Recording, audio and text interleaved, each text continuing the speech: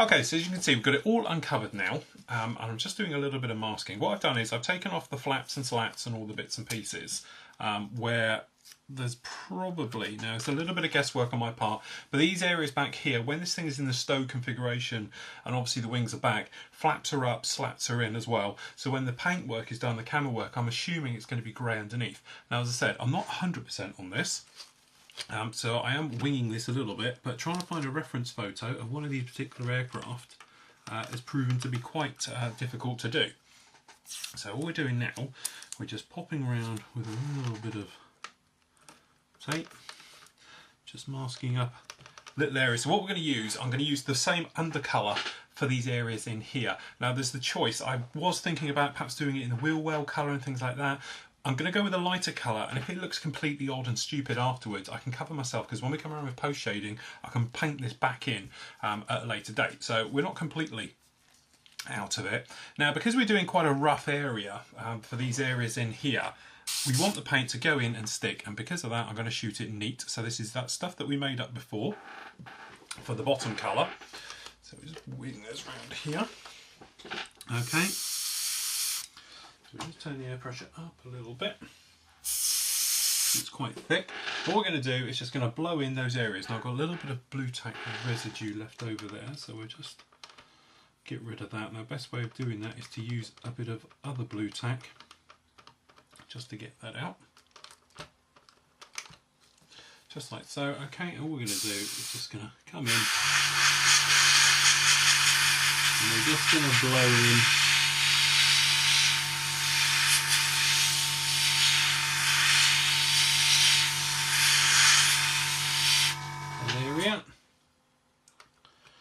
okay, just do the leading edge, shooting straight down.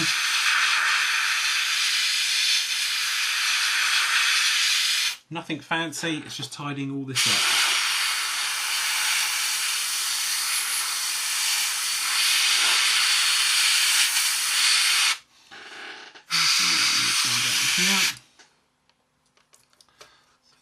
Down to the other side.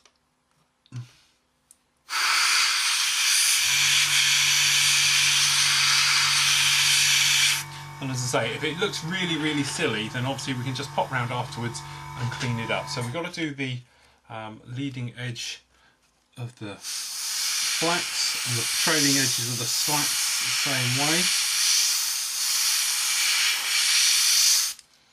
So that's that one done. Let's move that over there. And if I just show you on this one as well, this is the bottom of the slat that goes on the front, so it hasn't been sprayed. So we'll just pass over it like that. If we pop that over there, and then obviously we've got these doors for the speed brakes that come up on the top of the wing. Same thing again. As I say, we're doing them quite rough paint work as well, so if it does come to it, we can weather this up quite nicely with some pigments or any other bits and pieces like that. So what we're going to do, we're going to let those bits dry now once we finish them, and then we can come around, have a good look around it, make sure we're all happy, and we can take care of just painting up some other little bits and pieces that we've got to do, such as the little radar warning receivers. There's one on the tail, and these are actually painted white. Well, they're actually unpainted, that's the whole point. And at the same time, we can do the nose cone as well. So it'll be a nice excuse to get spraying with some white, which isn't my favourite colour to do, but it'll be all good in the end, as they say. Okay, so what we've been doing now, we've gone around and we've put these white areas actually in. They're very simple, just straight masked up, and then we're spraying flat white. So we've done this tail section, which is a little bit technical to get all this on, but it goes on very, very nicely. Nice and flat area. So we've got here a flat white, and we're just going to spray that on. This is neat, unthinned, so it sticks. And just goes where we want it. So we've done that side there, and we'll just come back and do the other one.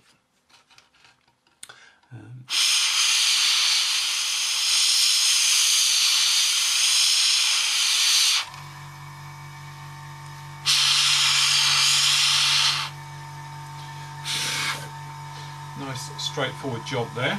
So if we just unmask that now, find an area to grab, just like so, and then if we can just hook this up.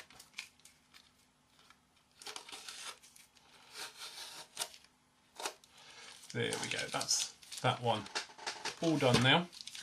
So that's basically the paintwork on for that one. I've got a couple more little ones to do just down here, but to be honest, I'm going to leave those alone just for a moment and we can pick them out by hand. And there's a metal coloured one behind that as well. So those little receivers in there, I'm not too worried about. But that's basically the paintwork done. As I said, I've got the nose cone. This is going to be flat white as well. I'll spray that in a moment. I've just put on the PTO tube onto the front with the sensors, and that's just glued into place. I'm just letting the glue go off that, and then we'll spray that white and we're ready for that into position. So what I'm going to do in a moment is just give this a complete coat of Future Johnson's Clear, just to nail this down and protect it from being scratched. And if I do make any mistakes and things like that, I can easily rub it back to get to the point where we're at now. So that's basically all done. Very nice, all going very well. Okay then, so back over to the main bay. As you can see, all nicely done, all totally dry. It's drying overnight. Quite happy with how it's all looking and everything else like that. Now I've got lots of little jobs to get on with, so what I thought I'd do for the moment is just get on with the decaling. Now by getting on with the decaling now, we can put it to one side as that all shrinks down, and we can get on with all this bits and pieces up here, getting them all painted up so we're ready for final fitting and things like that. So it's just a matter of time. Now obviously for decaling, a couple of things you need. Good pair of scissors. I've got these are decoupage scissors.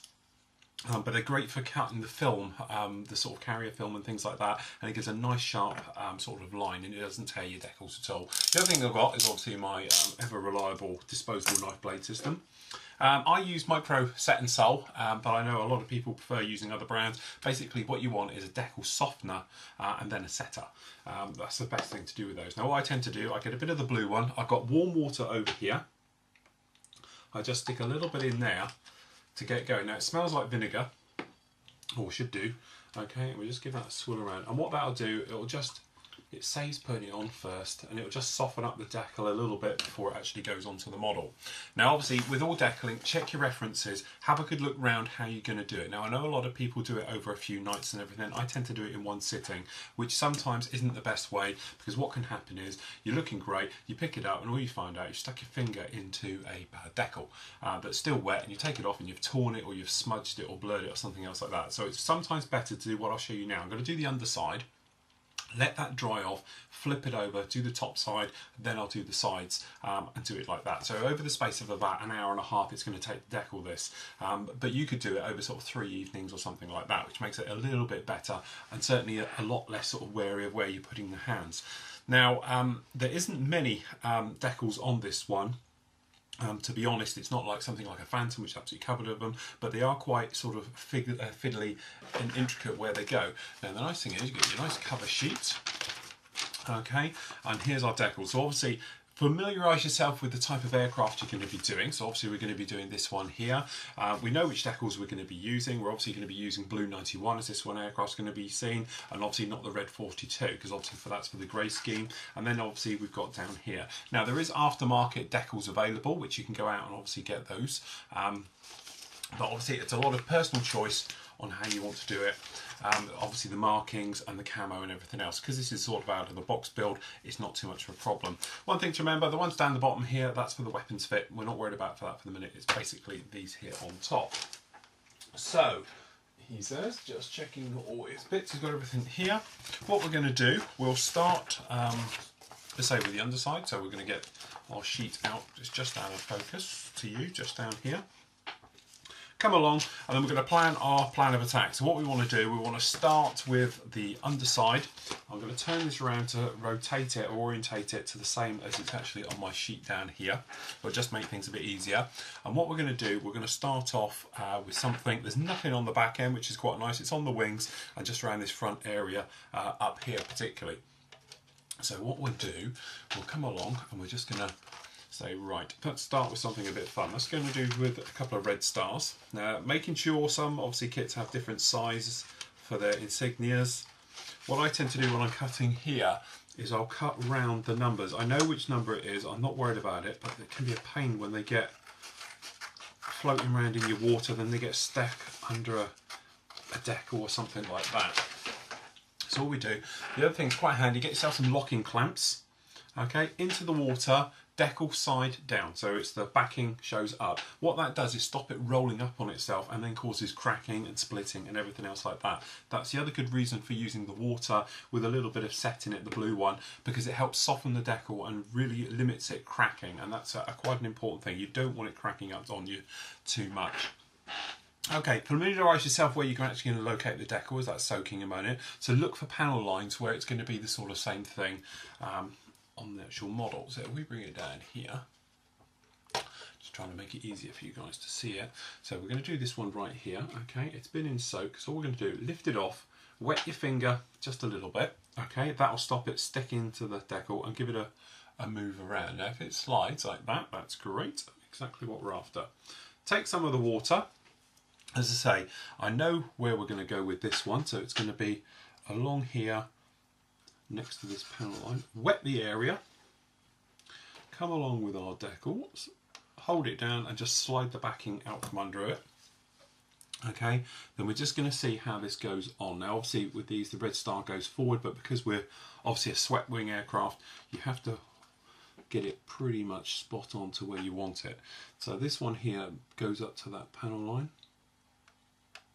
So what I'm going to do is rotate it to myself so we're down, and that way I can make sure the red star is pointing upwards, because we want it to be up. So we're in there to a position like that. Nice and happy with that one. Take a cotton bud, okay, like that, and all we're going to do now is roll it back and forth over the decal, not hard, just to push any air and water out that's stuck underneath. Okay, both directions, just like that. Then we're going to take our setting solution, which in this case is the red one. Okay, and we're just going to come along, bit of a dunk in that, and liberally pull it right the way over the top. Make sure it goes right past the edges, because that'll help it get under that decal. Because what we need it to do is soften up and then to shrink back, so all the panel lines and riveting detail show through as well. So when we put a wash over, it's going to wash over it. Because this one's going to be particularly heavily weathered, what we're going to have to do is weather down these decals, because these are going to look a bit like a sore thumb here. They're going to be bright red standing out, and we love bright red stars, don't get me wrong, we just need to fade them down a bit to make them around about the same sort of weathering as the aircraft's getting as well. So we're going to do exactly the same for the other side. So we'll just take our water, brushed on, slip that one out the back. Okay, happy how it is. So we'll rotate the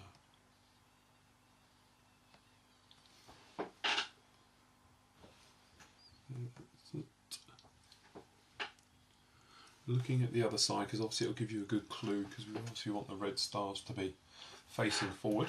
Happy with how that one is, so then there again, roll out that water, just like so. Setting solution over the top, just like so.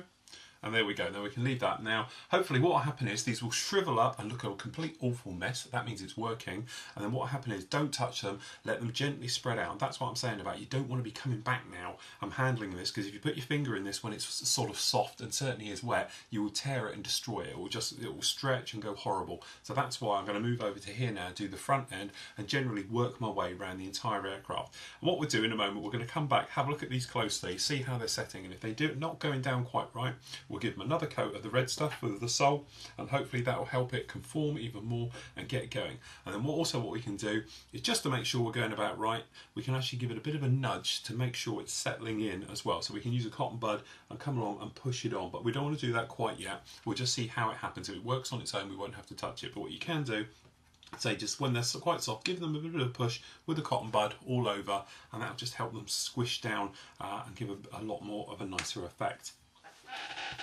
Okay, so when it comes to the weathering, obviously there's various different tricks and tips you can use to it. A lot of people use oil washes, things like that. Obviously, I'm going to be using our Pro Models ones and showing exactly how we're going to do it with this.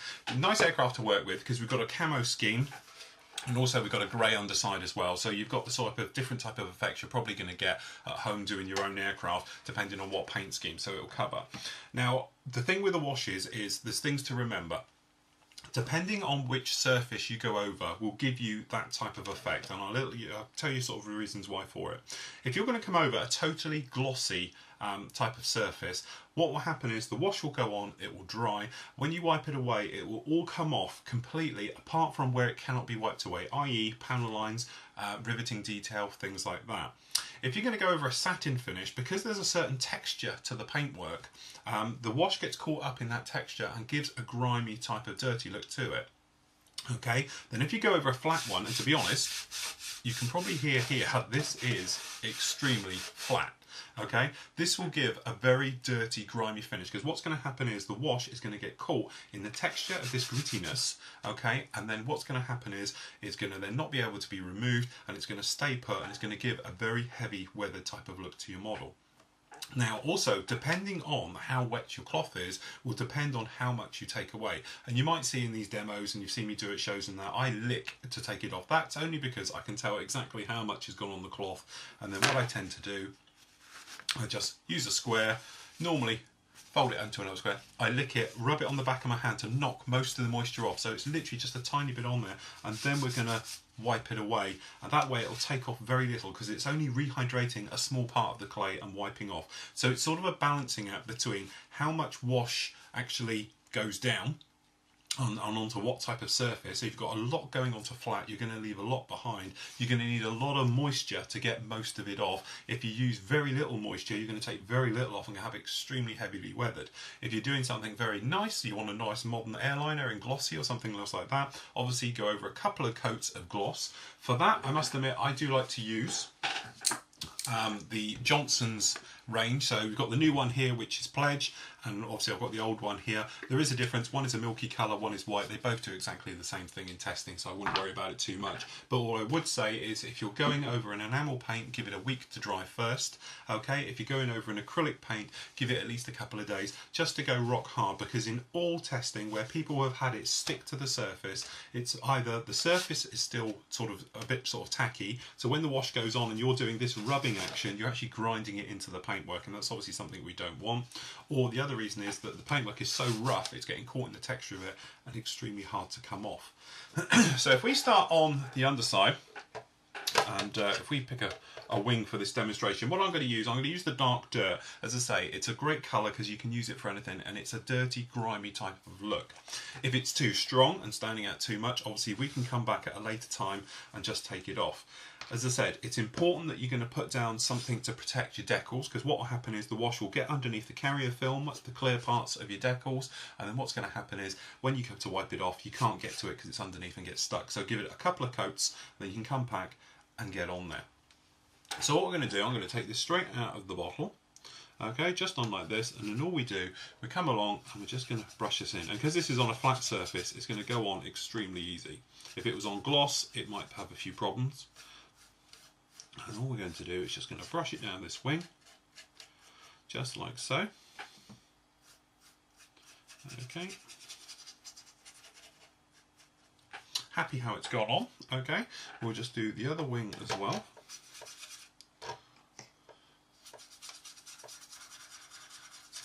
Okay, nice circular motions just to rub it in and get it into all those panel lines. Obviously what happens is when you come along in a moment to take it off, you're going to do circular motions as well, and that will just make sure it gets into all the recesses and the different areas like that. So what we'll do, we'll just do down in here as well. Okay, and I know a lot of you have never seen me do this before, now thinking, my God, he's just ruined his model. But it's just a little bit of faith in this one, guys. It will be absolutely fine. Now, obviously, for the top side, it will be exactly the same. So for this one, I'm going to use the dark dirt. Okay, and we'll go across these wing areas again, just for the moment. Same with the other wing.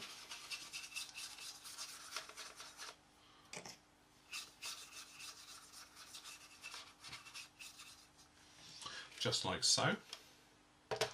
Okay, so what we're going to do now, we're going to let that dry off for about sort of 20 minutes, come back and have a look.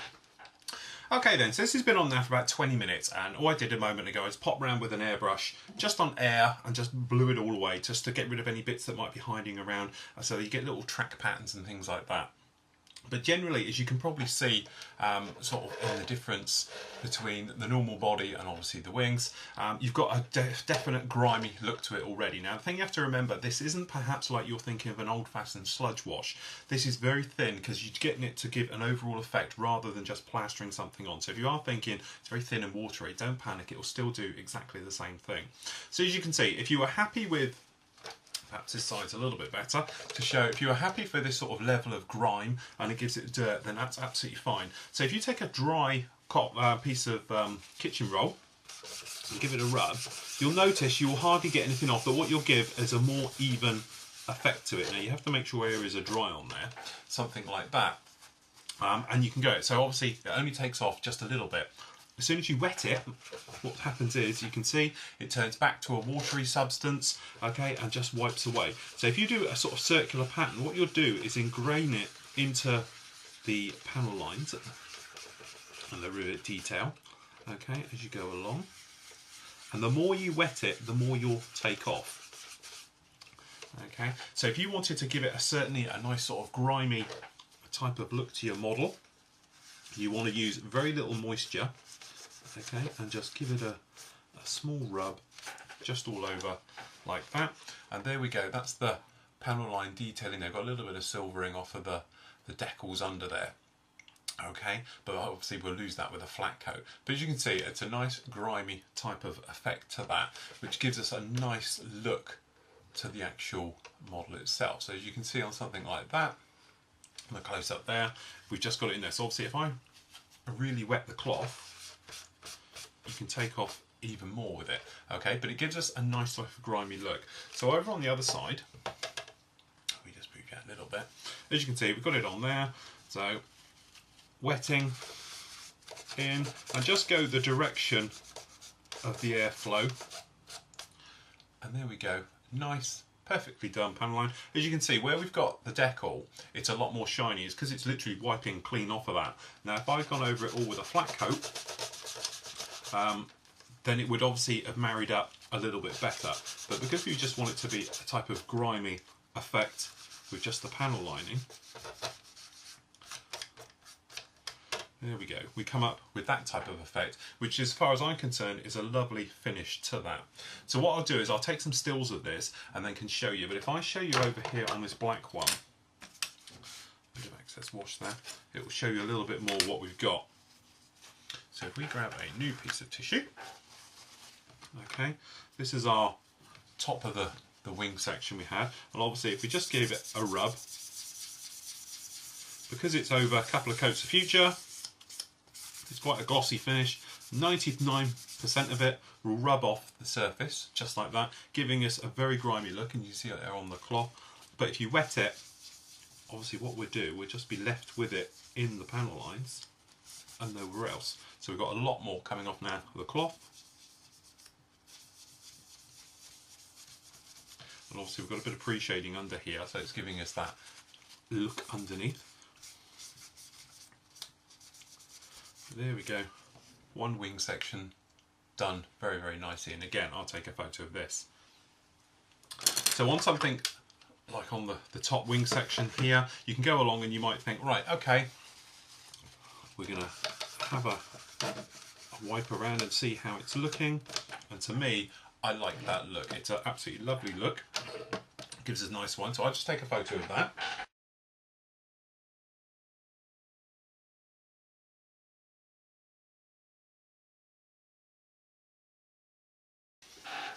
Okay, then again, been on for about 20 minutes. There's a couple of little wet spots, so you have to be careful around this area, because as I said, otherwise it'll clean it off a little too well. But generally, as you can probably see around the model, if we just pick an area, when you're dealing on sort of darker camos, the wash has got two ways of working. It'll either be slightly lighter or slightly darker or something like that. So there you go. I'm just going to wet the tissue. Now we have still got a few little wet areas that will do for here. You can probably hear it's quite rough, but it's still coming off. It's not going to a jam in there completely. As I said, as long as the surface is dry, then it will even come off, even on a rock, very, very rough surface like sandpaper, this one. But it leaves a lot of the dirt and grime in there, and you might be able to see, I don't know whether the camera's picking it up, it's actually slightly lighter than the green work, so that way you've still got a nice sort of shine to it. So it just, another good wipe off, get off those areas, and you might be able to see in the lighter areas that the camera cut in, but you see nice panel lining detail and all the rest of it. And obviously I'll take some stills of this as well. So what we'll do is we'll just gently rub all this off so you can see it coming off just like so. No problem at all. Now, one thing we haven't spoken about is obviously putting it through an airbrush, which is something obviously we'll talk about when we're using the pigments and doing weathering. But what you can actually do, we just give this a bit of a shake, just to get that working. Okay, you can take your standard airbrush, make sure it's had acrylic through it and no enamels and things like that, because obviously if it's got enamels it's going to go on here and it's going to stick and be horrible. Okay, so we're just going to take a few drops of this in there, not too much. Okay, air pressure is about sort of 20 psi, so we'll just check our flow and just use it like you would a normal airbrush. Okay, just put it on, and that way you can sort of dirty it up and come along and give it a nice even finish to your spraying. So if you wanted to use this as a total weathering effect to really dirty something down, you can put it on with an airbrush just like this. Okay, let it dry, so cut to air and just let it dry off. Okay, it won't take long to dry, and then once you've got a couple of coats of this stuff on, it will dry extremely quickly because obviously it's being soaked up by the clay. But by putting it on with an airbrush, you don't get any of those nasty brush marks, and you can just put it on and get a nice even finish to it. So if you wanted to use it as weathering, such as something down on this side, down in here, you probably see a bit better on the close-up there. It gives a nice dirty sort of look without getting in there too much. But it will just give it a nice flat look to it, and let it grind down. Obviously it will cling to panel lines and details and riveting and things like that, just as it would normally. But the great way about doing it with an airbrush is that you can dry it off very, very quickly. You don't have to wait sort of 20 minutes. Downside to it is it tends to go everywhere, so you're going to get it down in intakes and perhaps areas where you wouldn't necessarily want it to go. So we just dry this back.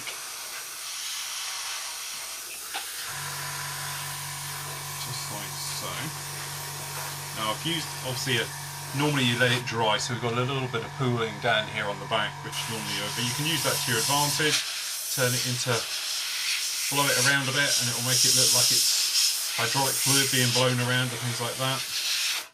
But there we go. Hope you can see on that edge there, very nicely worn in, very nicely weathered without even touching it.